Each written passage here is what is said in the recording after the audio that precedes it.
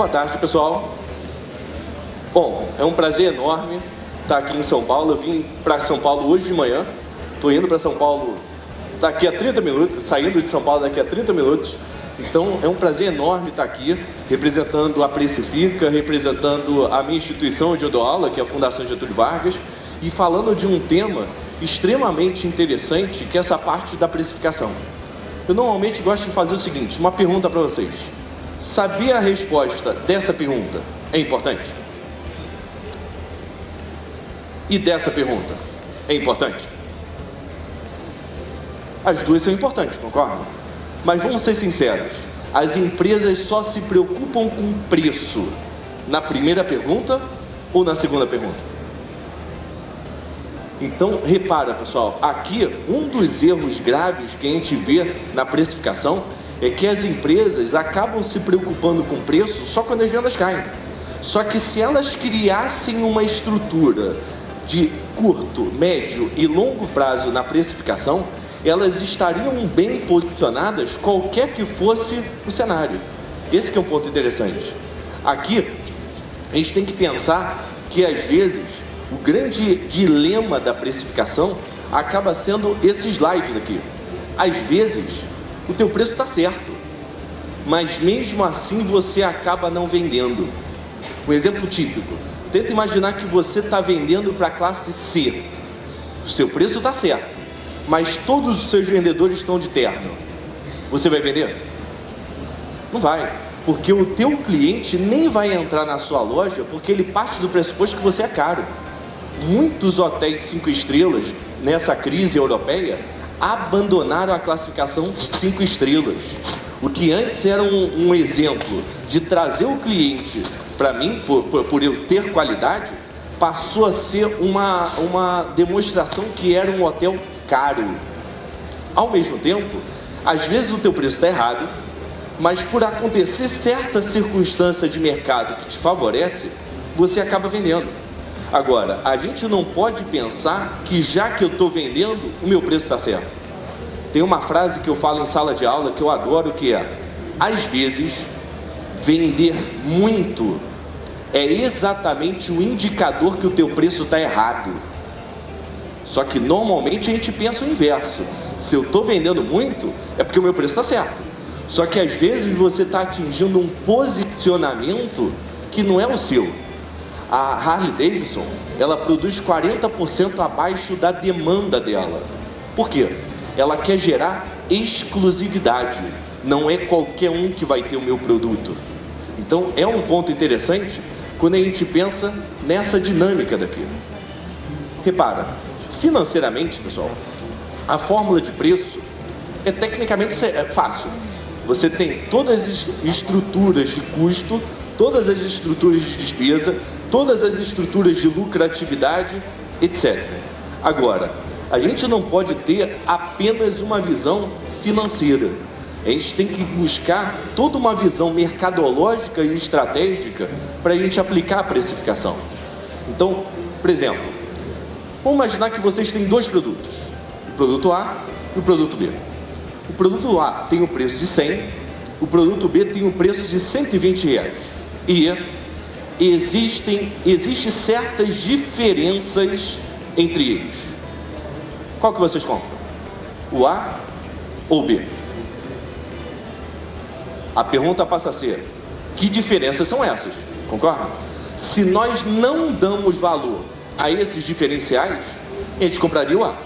Se nós damos valor a esses diferenciais, a gente compra o B. Mas vamos piorar o exemplo. Vamos imaginar que você tem o produto A, preço R$100, produto B, preço 120, e um produto B', muito parecido com o produto B, preço R$200. Qual que vocês compram? Agora a gente compra o B, pessoal. Exemplo, Corolla XLI, motor 1.8, R$64.000. Corolla XAI, motor 2.0, muito diferente desse daqui, R$72.000. Corolla Altis 2.0, muito parecido com esse daqui, R$85.000. Qual o carro mais vendido da Corolla? XAI. repara, pessoal, o grande objetivo desse carro não é ser vendido. O grande objetivo desse carro é tirar o consumidor, que na dúvida desses dois ficaria com esse, agora na dúvida dos três, ele fica com esse daqui. Vamos piorar o exemplo. Vamos imaginar que saindo daqui, vocês vão almoçar, vocês querem ir no cinema. Não sei se vai ter manifestação hoje aqui, então, já que a gente vai perder o trabalho, vamos para o cinema. Só que antes de ir no cinema, vocês vão almoçar numa churrascaria. Vão comer muito ou vão comer pouco? Não mintam para mim. Vão comer muito. Vão chegar no cinema com fome ou sem fome? Sem fome. Mas eu sei que a gente é olho grande, a gente vai comprar uma pipoquinha. Pela fome de vocês, vocês comprariam a pipoca pequena, média ou a grande? Pela fome de vocês. A pequena. Aí vocês chegam no caixa, tá lá, pipoca pequena 12, média 13,50, grande 16. Qual que vocês compram? Detalhe, você vai pagar mais por algo que você não vai comer, e é você que acha que foi você que se deu bem. Concordam com isso? Repara, onde está a mágica disso daqui? A empresa precificou de uma maneira em que ela estava decidindo qual é o produto que ela queria que você comprasse. Vou repetir, ela usou o preço para direcionar vocês a comprar o que ela queria que vocês comprassem. É aí que está a mágica de preço. Então aqui, pessoal, a gente tem que entender algo bastante importante da diferença de quanto custa para quanto vale. Repara, sempre que você compra um produto, você se baseia numa análise custo-benefício. Uma das primeiras análises que a gente faz é uma análise racional. Qual é a característica efetiva do produto? Qual é o tipo de tecido? Qual é o tipo de corte? Qual é o tipo de acabamento? Você analisa o processo de compra. Vamos imaginar que tem 2 supermercados aqui em São Paulo, o A e o B. Eles vendem os mesmos produtos, só que no A é mais barato. Você compra onde? No A, não é? E se o B fica perto da tua casa e você está com preguiça? E se o B tem estacionamento coberto e está chovendo? E se o B não tem fila e você está com pressa? Repara que são outras características não ligadas ao produto que interferem no processo decisório. Outras 2 variáveis, risco e preço. Só para explicar rapidamente risco, vamos imaginar que você chegou no supermercado, tem aquele biscoito Bono de chocolate que você adora, R$4. Do lado, tem aquele outro biscoito de chocolate de uma marca que você não conhece, R$3,50. Qual que você compra? Bono. Repara, apesar do outro ser financeiramente mais barato, existe uma variável que é o risco de você não gostar daquele produto, que torna ele economicamente mais caro. Mas a grosso modo, sempre que 2 produtos forem iguais, a variável mais importante passa a ser preço. Vamos dar um exemplo. Parmalat. Vamos imaginar que a Parmalat queira lançar o leite premium dela. O leite premium dela tem que ter mais qualidade que os outros?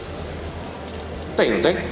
Mas por ter mais qualidade, eu posso cobrar um preço maior? Poderia. Pessoal, na prática, como vender um produto mais caro, sendo que ele é melhor? Aí alguém fala para mim, Fabiano, você tem que demonstrar para o cliente. Você tem que provar para o cliente que apesar do produto ser mais caro, compensa pelos valores agregados que ele tem. Sim ou não? Só que a Parmalat, ela percebeu uma coisa simples. Tudo bem, eu tenho que provar para o meu cliente que apesar do meu produto ser melhor, mais caro, compensa pelos valores agregados que ele tem. Mas isso, pessoal, é extremamente difícil. Por quê? Porque é extremamente complexo demonstrar isso, principalmente no mercado como a Parmalat. É quando a Parmalat pega o atalho. Ela coloca o leite numa garrafinha. Qual é a diferença do racional para o emocional? É algo chamado informação. quanto mais informações o seu cliente tiver, mais racional ele vai ser. Quanto menos informações ele tiver, mais emocionalmente ele vai ser. Repara, pessoal, o que a Parmalat sabia também? O meu cliente não tem condições técnicas de saber se um leite é melhor ou não. E mesmo que eu prove para ele, mesmo que eu redija um texto explicando isso para ele, o meu cliente não tem saco para ler isso. É quando eu não preciso provar para o meu cliente. Basta fazer ele acreditar naquilo. Só dele colocar o leite numa garrafinha diferente, a gente está disposto a pagar mais. Então, uma coisa que eu sempre comento em sala de aula, pessoal, somos nós mesmos que transformamos o nosso produto em commodity. Queria fazer uma pergunta. É plausível uma Ferrari não precisar dar desconto? Sim ou não? Por quê? Fabiano, o produto dela é excelente, a marca dela é excelente, ela tem um produto absurdo. Não é isso que a gente responde? E se eu falasse para vocês que o Hotel Ibis também não dá? Na nossa cabeça não entra. Na nossa cabeça a gente dá desculpas para provar que uma Ferrari não precisa dar desconto. Só que, se você tiver política de preço, pode ser um Ibis que você não precisa dar também. Então, o grande lance aqui, pessoal, é a gente não criar a ilusão que nós somos, que o nosso cliente só olha preço. É claro que preço é uma variável importante. Por exemplo, quando a gente entra no mercado de e-commerce, a gente acaba se tornando muito mais racional do que emocional. Até porque existe uma base de comparação muito maior no mercado de e-commerce do mercado offline, na loja física. Eu estava até conversando com o professor Acef, que está aqui, também é professor da Fundação Getúlio Vargas. A gente estava conversando o seguinte: às vezes, numa loja física, o cara nem é bom gestor, mas dá certo, porque ele é bom vendedor. Então ele gerencia mal, mas como ele sabe vender, a loja dele até sobrevive.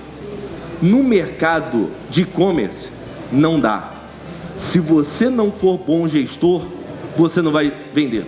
Por quê? Exatamente porque não tem tanto esse contato emocional. É mais racional. Por isso, mas mesmo assim, pessoal, se você souber técnicas de vendas, se você souber gerenciar o teu portfólio de produtos, a gente consegue explorar mais daquele mercado. Eu vou dar 3 exemplos que a gente desenvolveu lá na Precifica, tá?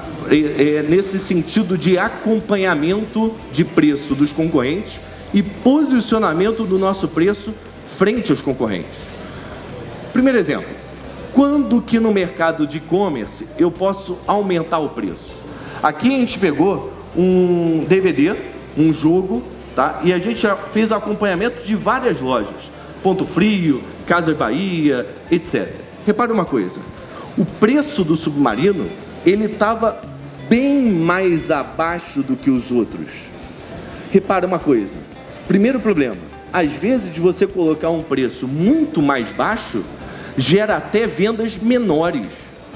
Não numa Submarino, que o pessoal confia na Submarino, mas se você não for uma loja conhecida, o cara vai olhar o teu preço muito baixo e vai pensar o quê?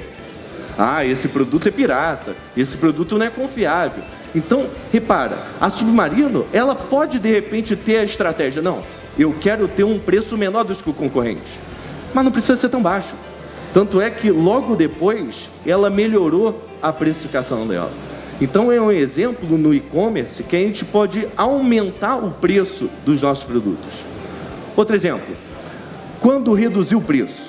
Aqui a gente está pegando o exemplo do pontofrio.com, tá? A gente pegou um navegador e repare que o preço do Ponto Frio estava muito mais alto do que os outros. Repara, às vezes um preço mais alto é legal. Você quer se posicionar como um produto de qualidade. Às vezes o preço mais alto vai fazer isso, mas não precisa ser muito mais alta. Então aqui é um outro exemplo que quando a gente faz o acompanhamento do preço dos meus concorrentes, eu posso